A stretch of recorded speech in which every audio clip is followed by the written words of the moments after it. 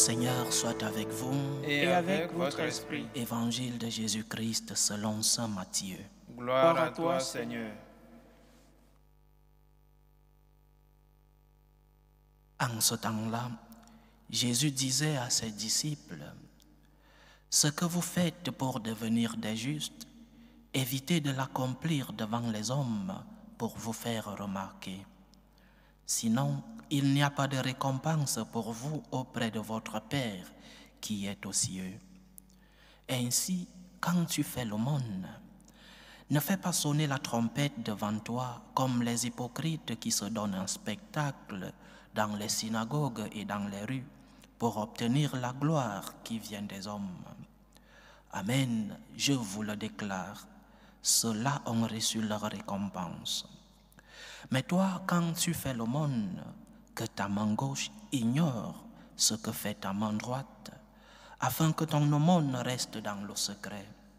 Ton Père, qui voit dans le secret, te le rendra. Et quand vous priez, ne soyez pas comme les hypocrites. Ils aiment à se tenir debout dans les synagogues et au carrefour pour bien se montrer aux hommes quand ils prient. Amen, je vous le déclare, ceux-là ont reçu leur récompense. Mais toi, quand tu pries, retire-toi dans ta pièce la plus retirée, ferme la porte et prie ton Père qui est présent dans le secret. Ton Père qui voit dans le secret te le rendra. Et quand vous jeûnez, ne prenez pas un air abattu comme les hypocrites. Ils prennent une mine défaite pour bien montrer aux hommes qu'ils jeûnent. Amen, je vous le déclare, ceux-là ont reçu leur récompense. Mais toi, quand tu jeûnes, parfume-toi la tête et lave-toi le visage. Ainsi ton jeûne ne sera pas connu des hommes, mais seulement de ton Père qui est présent au plus secret. Ton Père qui voit au plus secret te le rendra. Acclamons la parole de Dieu. Louange à toi, Seigneur Jésus. Nous commençons le carême, mercredi des cendres, jour de jeûne et d'abstinence. Un nouveau carême, grâce à Dieu. Un nouveau carême, cela signifie que nous sommes encore en vie, grâce à Dieu. Nous commençons le carême, un temps fort que l'Église établit dans le cycle liturgique annuel pour méditer sur le moment le plus important, pas le seul moment, mais le moment le plus important dans lequel le Seigneur démontre son amour pour nous, sa mort et sa résurrection. 40 jours qui rappellent les 40 années passées par le peuple d'Israël dans le désert, l'exode jusqu'à la terre promise.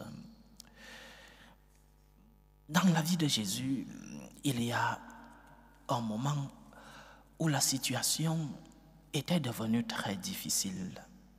Tout le monde avait l'impression, et peut-être même la certitude, que Jésus allait être tué. Il y avait non seulement une rumeur qui circulait, mais aussi une certaine certitude de la mort très future de notre Seigneur. Jésus, qui avait des contacts dans l'establishment à Jérusalem, avait déjà reçu des avertissements. On lui avait déjà dit de ne pas aller à Jérusalem cette année-là. Tout était préparé. Les pharisiens, les grands prêtres avaient tout préparé pour l'arrêter et pour le tuer.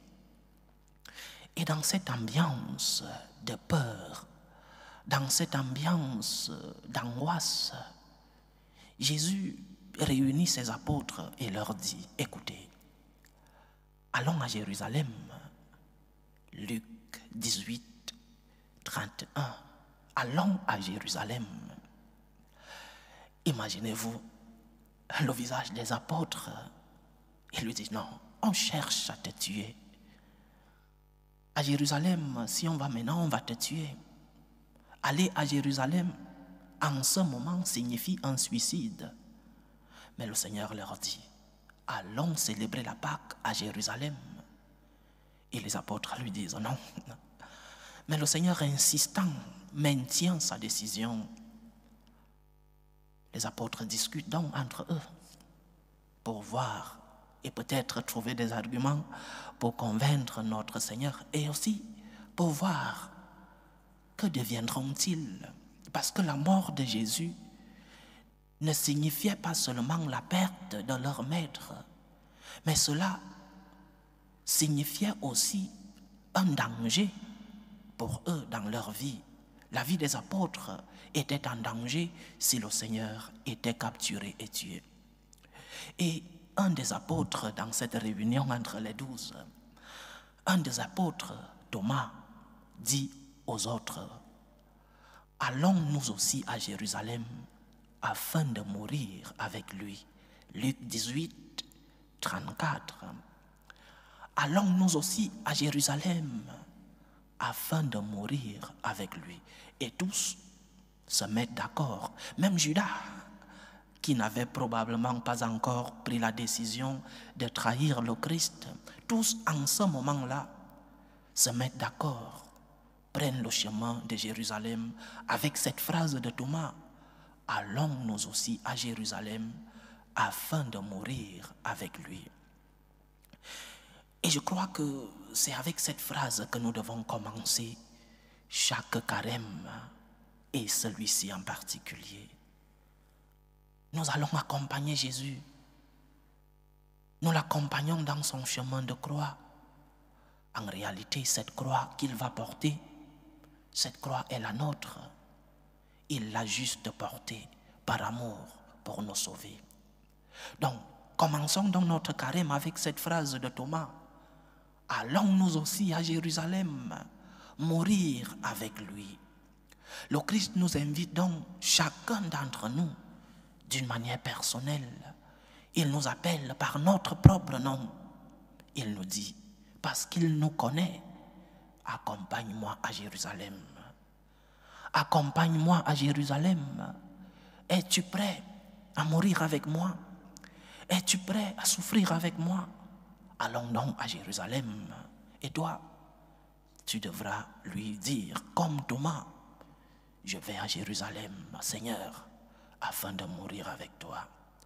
Une réponse spirituelle, bien sûr. Nous n'allons pas physiquement à Jérusalem, mais nous lui disons cela dans nos cœurs, spirituellement, Seigneur, je vais à Jérusalem mourir avec toi. Seigneur, je veux t'accompagner dans ce chemin de croix. Seigneur, je veux porter cette croix qui est en réalité la mienne, qui est en réalité le poids, le fardeau de mes péchés. Seigneur, je t'accompagne à Jérusalem. Une fois que nous avons pris cette décision d'accompagner le Seigneur, il y a deux questions que nous devons nous poser. Pourquoi et comment? Pourquoi vais-je à Jérusalem? Et comment? Comment vais-je arriver à Jérusalem? Pourquoi? Pourquoi veux-je accompagner Jésus?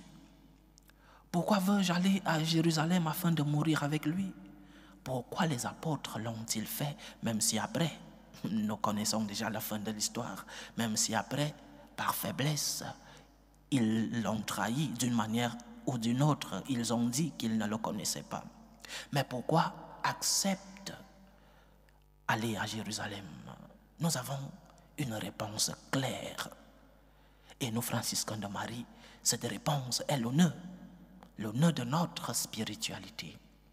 Je vais à Jérusalem, je vais accompagner le Seigneur par gratitude. Il a porté ma croix. Il porte ma croix chaque jour. Qui me consolerait dans l'épreuve s'il n'était pas là? Lorsque nous avons vécu des moments de ténèbres, qui nous a remplis d'espérance, qui nous soutient chaque jour dans nos batailles, qui pardonne nos péchés. Je t'accompagne, Seigneur, à Jérusalem par gratitude. Pour toi, Seigneur, toi qui as tout fait pour moi, je te donne donc cette réponse ce retour que tu dois trouver en moi, gratitude, Seigneur. Comme un merci, comme une reconnaissance. Je t'accompagne à Jérusalem. Tu as souffert pour moi. Tu continues de souffrir pour moi chaque fois que je m'éloigne de toi. Chaque fois que, à cause de mes faiblesses, je t'offense par mes péchés. Seigneur, je t'accompagne à Jérusalem par gratitude, en remerciement. Après une grâce, vient une action de grâce.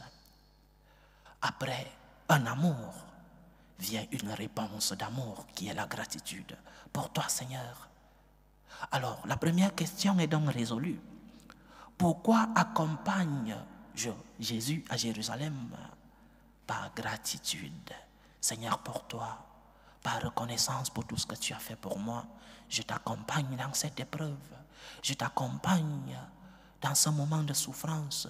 Je t'accompagne, Seigneur, pour tout l'amour que j'ai reçu de toi. Et comment? Deuxième réponse.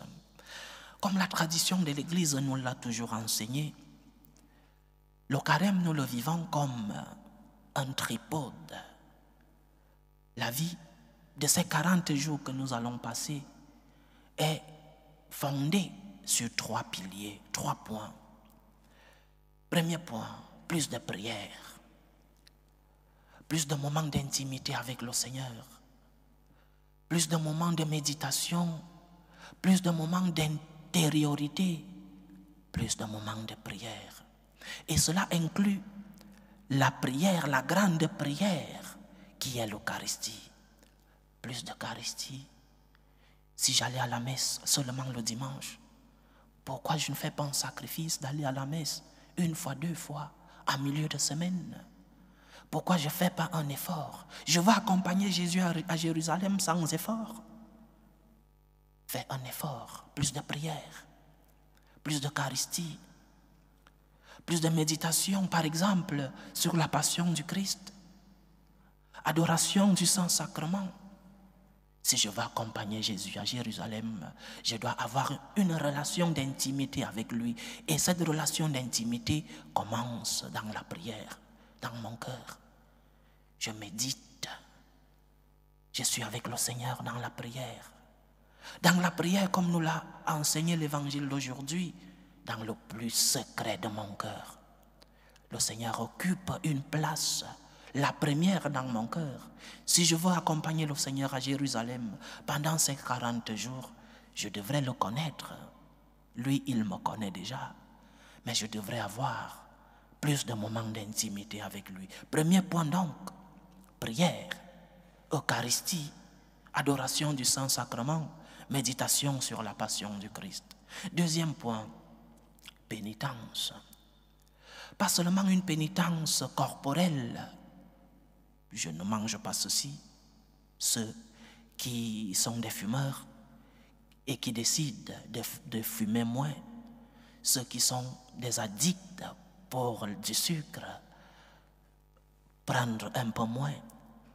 Pas seulement cette pénitence corporelle, mais aussi et surtout une pénitence spirituelle, la conversion. Confession, je demande pardon à Dieu, mais aussi conversion. Une conversion qui m'amène à changer de comportement, pas seulement pour ces 40 jours, lorsque la Pâque arrivera, que nous reprenions nos vieilles habitudes, que nous rentrions dans l'Ancien Testament. Non.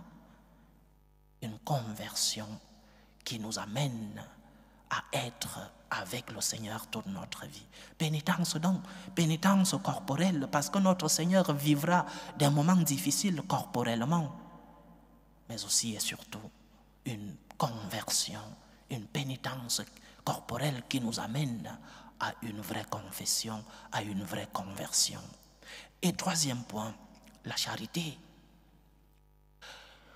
La pénitence corporelle que je fais, je ne mange pas ceci, je mange moins, ne devra pas nous amener à accumuler des biens, sinon à être charitable envers les autres. Si je ne mange pas ceci, si je mange un peu moins, ce que j'économise, je le donne à ceux qui en ont besoin, à ceux qui passent des moments difficiles. charité. Mais aussi, il y a une charité spirituelle, le pardon que tu donnes. Cette personne à qui tu ne parles pas, cette personne que peut-être tu as accumulé de la haine dans ton cœur, pardonne, tourne la page, demande la grâce au Seigneur, la grâce du pardon. 3 points donc sur comment accompagner Jésus à Jérusalem, plus de prières, pénitence corporelle et pénitence spirituelle, c'est-à-dire conversion, confession et charité. Donner un bout de pain à ceux qui n'en ont pas, charité physique, mais aussi charité spirituelle va donner le pardon. Même si l'autre personne n'accepte pas ton pardon, tu auras déjà fait le premier pas et le Seigneur prendra en compte tes efforts de pardonner. Que le Seigneur nous aide dans ces 40 jours qui vont arriver à avoir une relation d'intimité avec lui dans ce chemin vers Jérusalem où il va souffrir. Que le Seigneur nous aide à l'accompagner avec nos prières, avec nos pénitences et avec notre charité. Loué soit Jésus-Christ. À jamais.